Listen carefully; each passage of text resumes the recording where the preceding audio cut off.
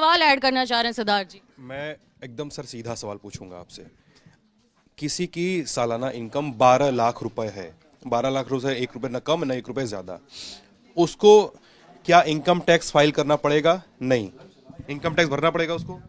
आपने सवाल बदल दिया। पहले आपने कहा इनकम टैक्स रिटर्न भरना पड़ेगा, तो उसके ऊपर तो बिल्कुल कंडीशन है कि अगर बिजली का बिल देता है, फॉरेन ट्रैवल करता है तो रिटर्न भरना पड़ेगा। अगर वैसा कुछ किया है तो नहीं किया तो नहीं भरना पड़ेगा, लेकिन टैक्स नहीं भरना पड़ेगा 12 लाख रुपए तक। आपने कहा ना 1 रुपए कम ना 1 ज्यादा, तो 12 लाख रुपए तक अब उसको टैक्स नहीं देना पड़ेगा। अब जो मैं स्लैब देख रहा हूं सर, वो है 0 से 4 लाख है, नील, ठीक है। अब 12 लाख से ऊपर किसी की तनख्वाह चली जाती है, उसको कितना भरना पड़ेगा? मान लीजिए उसकी तनख्वाह है 13 लाख रुपए, अब उसको कितना टैक्स भरना पड़ेगा? 13 लाख रुपए प्रिसाइसली जो आएगा वो 75,000, 75,000 रुपए उसको टैक्स देना होगा अगर उसकी इनकम 13 लाख हो जाती है। अब आप कहेंगे 1 लाख की वजह से 75,000 टैक्स आ गया। लेकिन ये कैसे कैलकुलेशन कैसे हो रहा है? मैं कैलकुलेशन का तरीका जानना चाह रहा हूं बेसिक। ये कैलकुलेशन ऐसे हो रहा है, ये पहले मुझे समझाइए, 0 से 4 लाख क्या है? ये 12 लाख के बाद कैलकुलेट होना शुरू होगा? अगर आपकी आय 12 लाख से ज्यादा है तो आप उस एग्जम्पशन वाली लिमिट से बाहर हो जाते हैं। अब आप उसको काउंट नहीं कर सकते।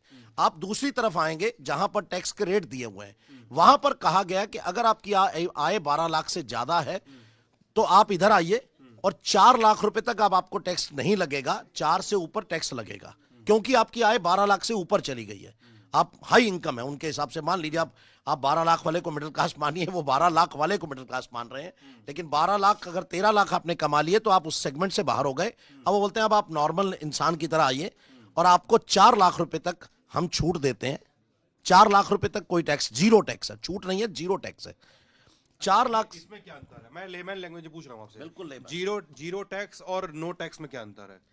देखिए ऐसा तो नहीं है ना कि अगर आपकी 12 लाख से ऊपर इनकम हो गई तो आपको जीरो, आपने 1 रुपया कमाया तो भी आपको टैक्स देना पड़ेगा। तो उन्होंने कहा कि अगर आपकी 12 लाख से ऊपर इनकम है तब भी, अब टैक्स के रेट्स पे आ गए हम, तो उन्होंने कहा 4 लाख रुपए तक 0% टैक्स का रेट है।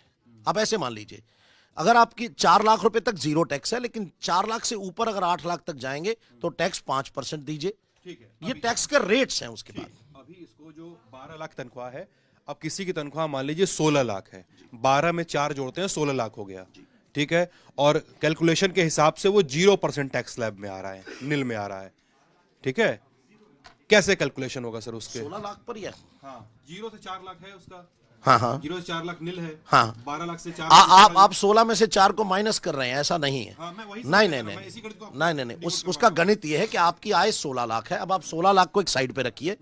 अब हमने बोला ओके 16 में से 4 पर हम आपसे टैक्स जीरो कर दिया हमने, 16 में से 4 पे टैक्स, 16 में से 4, बाकी 12 बचा हुआ है।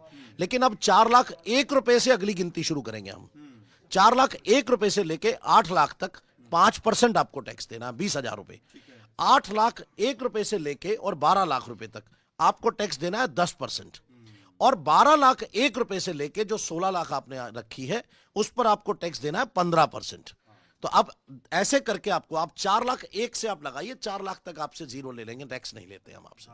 मतलब ये छूट दी गई है कि 12 लाख से जितने ऊपर जाएंगे आप उस टैक्स स्लैब के अंदर कैलकुलेशन शुरू हो जाएगा, आपको सैलरी को उतने ब्रैकेट्स में बांट दिया जाएगा और वैसे आपका कैलकुलेशन होगा। ठीक है, मुझे बस यही सॉर्ट आउट करना था क्योंकि मैं बार बार कंफ्यूज रहता। उपासना, ओवर टू यू प्लीज।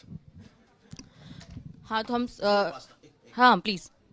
उपासना, मैं कह रहा था आपसे कि एक तो टीडीएस के चेंजेस हुए, दूसरा एलआरएस के चेंजेस किए गए टीडीएस टीसीएस में, उसके बाद अपडेटेड रिटर्न जो है, अपडेटेड रिटर्न के अंदर आपको 2 साल से बढ़ाकर अब 4 साल का समय दे दिया है।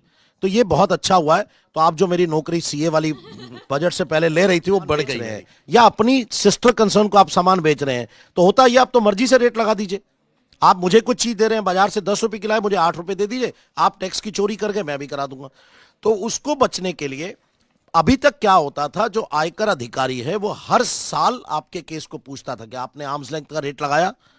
आर्म्स लेंथ मतलब वही बाजार का भाव, जिस भाव में आप बाजार को सामान बेचते हैं, क्या अपनी बहन भाई और रिलेटेड पार्टी को या अपनी सिस्टर कंसर्न को उसी तरह से बेच रहे हैं। अब उसको उन्होंने 3 साल का पीरियड कर दिया। तो इससे थोड़ा सा टैक्स टेररिज्म कम होगा, जो आप स्लाइड शुरू में बात कर रहे थे। तो उससे टैक्स का थोड़ा सा कम होगा प्रेशर, कि अब मैंने एक बार डिसाइड हो गया तो मैं 3 साल तक कम से कम मेरे से दोबारा नहीं पूछा जाएगा। तो मैं बिल्कुल अपनी आर्म्स लेंथ को डिसाइड कर सकता हूं for a block period of 3 years. तो ये भी एक अच्छा मूव है। बाकी अभी देखते हैं, अगले हफ्ते डायरेक्ट टैक्स कोड आ रहा है, फिर देखते हैं और क्या चेंजेस। वो जो नया बिल आएगा, जो कोड आएगा, उसमें किस तरीके की चीजें क्लियर हो सकती हैं, या फिर कुछ ऐसा आ सकता है या कि जिसका उसका उसमें जो बदलाव होंगे या फिर जो लिखा जाएगा उसका भी हमारे ऊपर कोई इम्पैक्ट पड़ेगा क्या?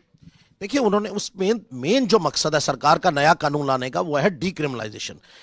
उन्होंने कहा कि जो एक्ट है, एक तो 50% पेजेस में भी हो जाएगा और सेक्शंस में भी हो जाएगा, और उसके अलावा हम इसमें आपको एग्जाम्पल भी देंगे, फार्मूले भी बता देंगे। 65 पेजेस, 50% जितना आज है उसको आधा कर देंगे हम।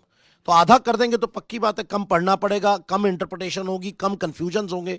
तो मेन टैक्स लिटिगेशन को कम करने की तरफ सरकार का ध्यान है, क्योंकि सुप्रीम कोर्ट भी बहुत बार कह चुका है कि लिटिगेशन कम कीजिए, क्योंकि इतने पेंडिंग केसेस पड़े हैं। तो इसीलिए विवाद से विश्वास स्कीम लाई गई, जो खत्म हो गई है कल। हालांकि इसमें उन्होंने दोबारा अनाउंस किया है, इस बार दोबारा अनाउंस किया, पर पूरी स्कीम आ जाने दीजिए, अभी देखते हैं। तो अभी स्कीम क्या आई है दोबारा से, उस पर बहुत अच्छा उन्होंने कहा कि बहुत लोगों ने दिया, और ये सच बात भी है। हमारे भी बहुत लोगों ने टैक्सेस पे कर दिए कि ठीक है, पीस ऑफ माइंड चाहिए सबको। तो वो कुछ बदलाव जो है ये टैक्स के और थे जो मैं चाहता था।